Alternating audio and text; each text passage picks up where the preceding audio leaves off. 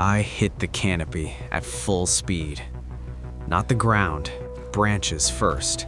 Wet, elastic, glowing. They snapped and bent like veins under my weight, spraying cold rain and blue-green light into my eyes. I remember thinking, stupidly, that the jungle looked alive in a way earth forests never did, like it was watching me fall. Then, I slammed into the mud. The air punched out of my lungs. Pain lit up my left side, sharp and electrical, and my helmet cracked clean through. The stars above were wrong. Too many, too close, and they vanished as the canopy sealed itself back together, bioluminescent leaves knitting over the wound in the sky. Silence followed. Not peace, the kind of silence that breathes. I lay there for a long time, rain soaking into my flight suit, my pulse thudding in my ears. The distress beacon was gone, the ship was gone. All I had left was a knife strapped to my calf and the smell of iron creeping up my throat. When I tried to stand, my leg buckled. Something in my ribs ground together like broken glass. That was when I heard her. Not a roar, not a scream, a low vibration that moved through the ground before it reached my ears. A sound that didn't want to be heard, it wanted to be felt. The jungle responded instantly. Light dimmed. Creatures that had been churring and clicking went silent, as if someone had closed a fist around the world. I knew, in that animal part of my brain that doesn't use language, that I was prey. I ran anyway. I don't remember choosing a direction.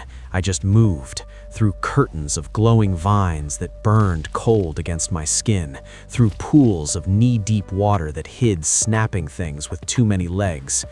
The rain never stopped. It plastered my hair to my face, filled my mouth, washed the blood from my side, only to let it start again. The sound followed me. Sometimes it vanished entirely, and that was worse. The jungle would blur at the edges, light bending wrong, shadows moving where nothing should move. I'd catch glimpses of motion, something tall, something fast, then nothing at all. Camouflage so perfect, my eyes refused to believe it. Once, I turned too late. She was there for half a second, long enough for my brain to register obsidian black scales drinking in the light, long enough to see eyes, green, not reflective but luminous, like living emeralds sunk deep into a skull built for killing. Then she was gone again, and the trees behind me were sliced clean through, sap hissing where her claws had passed. I didn't sleep for 3 days. Time broke apart. Hunger became a dull roar. Fear sharpened into something clean and focused. I set traps with vines and bioluminescent spores, used the jungle's own light to blind smaller predators, drank rainwater filtered through leaves that burned my tongue. Every night, I felt her circling closer. Every night, the purring vibration rolled through my bones. Not angry, curious. On the third night, the rival came. I knew it wasn't her the moment the jungle screamed. This sound was higher, harsher, territorial. Something crashed through the undergrowth behind me, and I smelled rot and heat. I ran straight into a dead end, a cliff overlooking a glowing ravine far too deep to survive. That's where she caught me. She didn't strike. The air shimmered, and she unfolded out of nothing an arm's length away. Taller than me, even crouched, her scales matte and seamless, her body wrapped in a predator's patience. Rain beaded on her skin and slid away like it was afraid to linger. She tilted her head, studying me, pupils narrowing. I raised my knife with shaking hands. It felt like a joke. Her gaze dropped to my ribs, to the blood. Her chest expanded and the purring deepened. Not hunger, recognition. She stepped closer. The heat coming off her fogged the air between us. I could see details now. Faint lines of bioluminescence pulsing beneath her scales, synchronized with her breathing. scars etched into her arms, old and deliberate, a face that was feral, yes, but not mindless. She reached out and touched my chest with 2 clawed fingers. The world snapped. Images, not words, flooded my head. A sense of being chosen, of threads pulled tight across distance and time. Imprint, bond, necessity. I gasped, dropping the knife, and she caught my wrist before it hit the ground. Her grip was iron, but careful. Behind her, the rival roared again, closer now. She turned, placed herself between me and the sound, and bared her teeth, not at me, but at the jungle. I understood then. Helping her meant death was still on the table, but letting her go meant I'd be torn apart in minutes. I stepped closer to her back, pressed into the heat and shadow of her body, and made my choice. I stayed. She didn't carry me the way you'd expect a monster to carry prey. There was no dragging, no dominance. She crouched, turned her back to me and waited, still as stone, until I understood. When I climbed onto her, my arms locking around a frame built of coiled violence, she rose smoothly, compensating for my weight without effort. The jungle parted for her. Light dimmed as we passed, like it knew better than to stare. My shelter wasn't much, the remains of an emergency pod wedged into the roots of a titan tree, half crushed but dry inside. I'd reinforced it with resin-hardened vines and scavenged plating, a cave pretending to be technology. It smelled like metal, damp earth, and blood. She ducked to enter. The interior lights, weak, flickering, washed over her scales and revealed what camouflage hid. Obsidian wasn't just black, it was layered, faceted, each plate edged with a faint, living glow, green light breathing beneath like a pulse. Up close, she was overwhelming. Heat, ozone, something mineral and sharp that made my chest tighten. I slid off her and nearly collapsed. She caught me again, guided me down, and watched with that same unreadable focus as I peeled back my suit. When the blood showed, fresh and dark, her pupils flared. I expected revulsion. Instead, she made a sound, soft, broken. Her hand hovered over my ribs, claws trembling, as if the idea of hurting me now was unthinkable. She left briefly and returned with leaves I recognized, antiseptic, numbing. She crushed them between her palms, the bioluminescence intensifying, then pressed the paste against my wound. It burned. Then it didn't. I hissed anyway, and she flinched like I'd struck her. "I'm fine," I muttered, voice hoarse, knowing she didn't understand the words, but she understood tone. She always did. The purring resumed, tentative, and the pain receded into something distant and manageable. We ate in silence. I offered dried ration strips. She sniffed them, grimaced, and pushed them back to me with almost comical disdain. From a pouch at her hip, how I hadn't noticed it before, I watched her pull raw meat wrapped in glowing fiber. She tore into it with efficiency, eyes never leaving me. Predator, protector. When she finished, she did something that changed everything. She knelt, lowered her head, and pressed her forehead to my chest, right over my heart.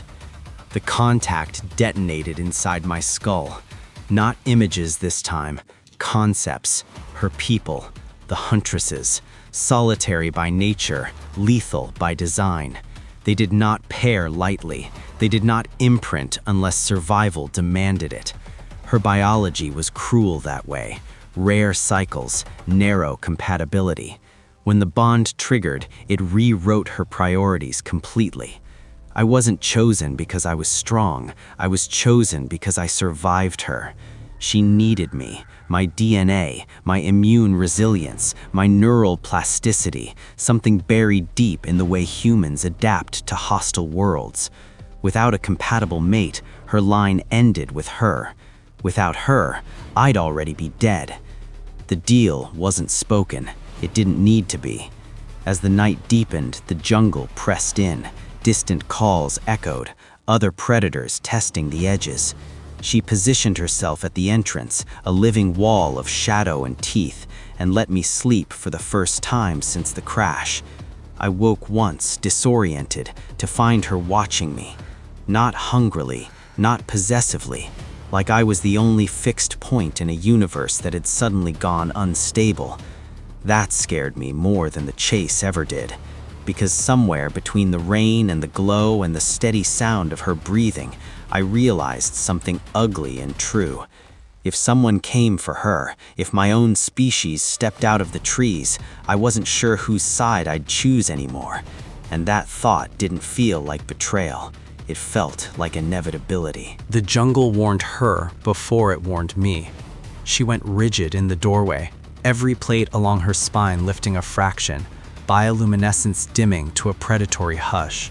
The purring stopped. In its place came something sharper, an internal click, like tension being drawn back. I felt it a second later, a vibration too controlled to be natural, footsteps that didn't belong. Not the rival male, not the jungle's many-toothed horrors. This was order imposed on chaos. Hunters. Metal whispered against metal somewhere out there. Heat signatures cut through rain. The air tasted wrong. Ozone and lubricant. The scent of technology trying to pretend it belonged. She looked back at me, eyes burning brighter than I'd seen yet, and pressed 2 fingers to my sternum. Hard. A warning. A promise. Then the rival screamed. He came crashing through the undergrowth like a living weapon, camouflage flickering imperfectly in agitation. Bigger than her, thicker plates. His bioluminescence pulsed red, territorial and furious. His gaze locked on me instantly. I understood then what I'd always been to him. Leverage. He didn't charge her, he came for me. I barely had time to grab my knife before the jungle exploded into motion. She met him head on, their collision shaking the ground. Claws rang against scales, trees split, light flared and died as their camouflages failed under stress. I ran, not away, but sideways toward the edge of the ravine where my shelter clung to the roots. The rival broke from her with terrifying speed, tracking me through foliage like I was outlined in flame. Then the sky opened. Energy bolts tore through the canopy, white-hot lines of authority. The rival roared in pain as one grazed his shoulder, flesh cauterizing instantly. He vanished, retreating, wounded but alive. The hunters stepped out of the rain. Human silhouettes in adaptive armor, visors opaque, weapons raised. My heart stuttered. Rescue had never looked so much like a firing squad. "Pilot," one of them called. "Step away from the Xeno." I laughed. A broken sound. She moved in front of me without hesitation, claws spreading, eyes blazing. The lead hunter hesitated just long enough for me to see fear flicker through disciplined posture. They knew what she was. They just underestimated what she'd become. The shots came fast. She blurred, camouflage snapping on and off as she closed distance, redirecting fire into trees, into mud, into anything but me. I didn't think. I moved. Years of training buried under terror surfaced clean and sharp. I took the knife and went low, slashing a tendon behind one armored knee. The hunter fell screaming. The jungle took him. Everything collapsed into instinct. I saw her fight, really fight for the first time. Efficient, ruthless, protective to the point of madness. When one hunter got past her and raised his weapon at my back, she killed him with her bare hands, snapping armor like it was thin ice. Pain flared in my skull as something else woke up. The bond surged. Not metaphorical, biological. My perception sharpened, colors bleeding into new spectrums. I could feel her position without seeing her, anticipate movement, react before thought. She wasn't the only one who'd changed. A hunter caught me with a stun pulse meant for her. It should have dropped me. Instead, my muscles locked for half a second and then burned through it. I got up. The look on his visor was priceless before she took his head off. Silence fell hard. Rain filled the space where gunfire had been. The remaining hunters retreated. Smart ones. They'd learned enough. She turned to me slowly, scanning for damage. When her gaze met mine, something shifted. Recognition layered over imprint. I wasn't just prey anymore. I wasn't just mate. I was compatible in ways neither of us fully understood. Behind us, the rival watched from the trees, wounded and seething. He didn't attack, not now. He'd learned too. We stood there together in the glowing rain, enemies retreating, jungle breathing again, and I knew one thing with terrifying clarity. There was no going back. Whatever I'd been before the crash, pilot, human, alone, it was already shedding off me, layer by layer, and the universe wasn't done collecting its price. We didn't leave that night. We waited until the jungle exhaled, until the rain softened from a warning into a veil, until the rival's presence faded into the deeper layers of the world, wounded pride pulling him back to whatever darkness had shaped him. When we moved, it was together. She led me through paths that didn't exist until she needed them, folds in the terrain, corridors of shadow where even light forgot how to follow. The jungle stopped fighting us. It adjusted, accepted. I realized then that she wasn't just a predator here. She was a constant. The off-world gate wasn't a structure so much as a scar, a place where reality thinned and hummed, half buried in roots and glowing moss. Old, abandoned, human in origin but not maintained. The hunters would find it eventually. We used it before they could. Transition feels like drowning without water, every nerve singing, every memory stretched thin. I felt her grip tighten around my wrist, anchoring me, and then the jungle, her jungle, was gone. Our new world was quieter, a high plateau under a copper sky, wind instead of rain, grasses that glowed softly at dusk and folded closed at night. No cities, no patrols, just space enough to exist without being watched. We built a life the way survivors always do, slowly, with scars showing. I learned her language properly this time, not through flashes and instincts, but through repetition and patience. She learned my silences, learned when to press close and when to let me be alone with the past. The bond settled into something deeper than urgency. Time passed, seasons turned. Our child hatched beneath a sky split with auroras. Small, impossibly fragile, scales still soft, eyes carrying both our worlds in their color. When she placed him in my arms, I felt the last thread tying me to my old life finally loosen. Not break, loosen. I still think about Earth sometimes, about humanity, about whether they'd call this love or surrender or treason. The words don't fit anymore. They belong to a smaller understanding of the universe. Out here, destiny isn't a prophecy, it's a pattern. Two beings collide under impossible circumstances and choose, not safety, not familiarity, but each other, again and again, even when it costs them everything they used to be. I was hunted once. Now I am something else. A mate, a father, a bridge between species that were never meant to meet, except, maybe, exactly like this. And when the night winds move through the grass and my family sleeps beside me, I no longer feel lonely. I feel placed, as if the universe, vast and indifferent as it is, finally said, "You belong here."